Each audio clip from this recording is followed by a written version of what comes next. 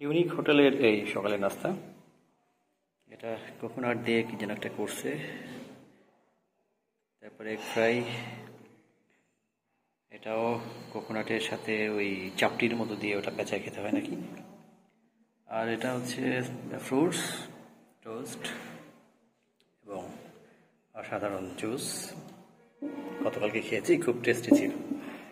আর সাথে হচ্ছে এই ভিউ, এই যে হোয়াট এ ভিউ।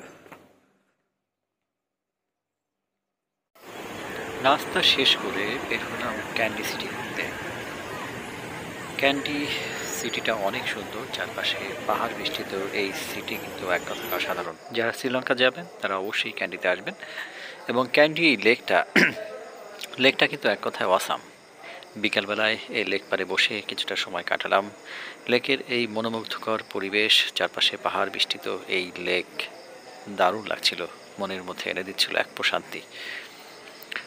তো লেকের পাড়ে বসে বেশ কিছুটা সময় কাটালাম, মানুষের আসা যাওয়া দেখলাম, ব্যস্ত মানুষ, ব্যস্ত শহর।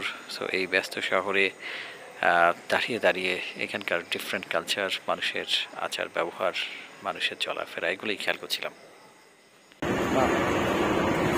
কি অপূর্ব সুন্দর।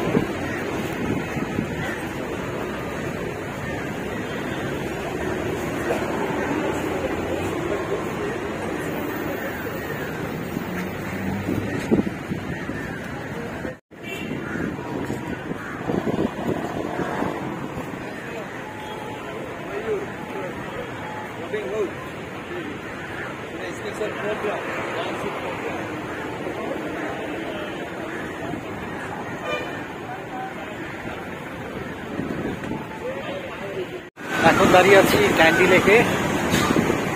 ক্যান্ডি সিটির ঠিক সুন্দর একটা জায়গায়, সেন্টার পয়েন্টে lake. It is very beautiful একটা লেক। পানিগুলো দেখেন এরকম থই থই করছে, অ্যামেজিং। এবং প্রচুর বাতাস হচ্ছে, এখানে দাঁড়িয়ে থাকতে আসলে ভালোই লাগছে। আশেপাশে প্রচুর মানুষ এই লেকের পাশ দিয়ে হাঁটাহাঁটি করছে, খুব সুন্দর একটা ন্যাচারাল পরিবেশ। ইচ্ছে হচ্ছে এই যে লেকের জলে নেমে একটু গোসল করে আসে, দারুণ একটা লেক।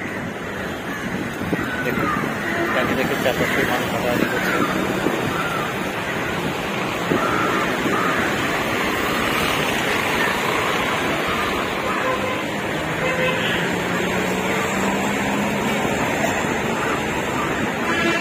No, brother.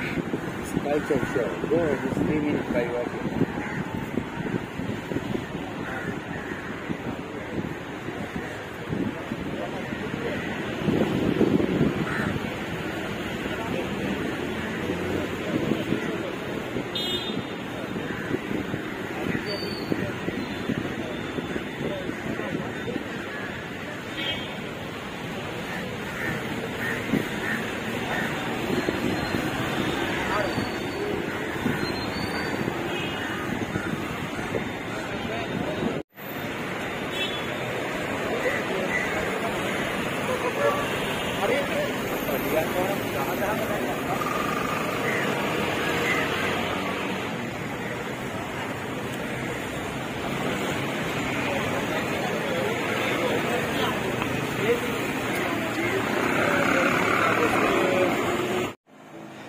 আমি প্রথমে বাংলাদেশ থেকে শ্রীলঙ্কা এসেছি বাইক গাড়ি, এবং শ্রীলঙ্কার কলম্বোতে নেমে ওখান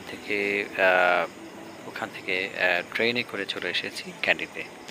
এবং কলম্বো থেকে ক্যান্ডি আসতে খুব বেশি সময় লাগে না, 2.5 থেকে 3 ঘন্টার মতো সময় লাগে এই ক্যান্ডি সিটিতে পৌঁছাইতে। So it's not very far, you can easily arrive there.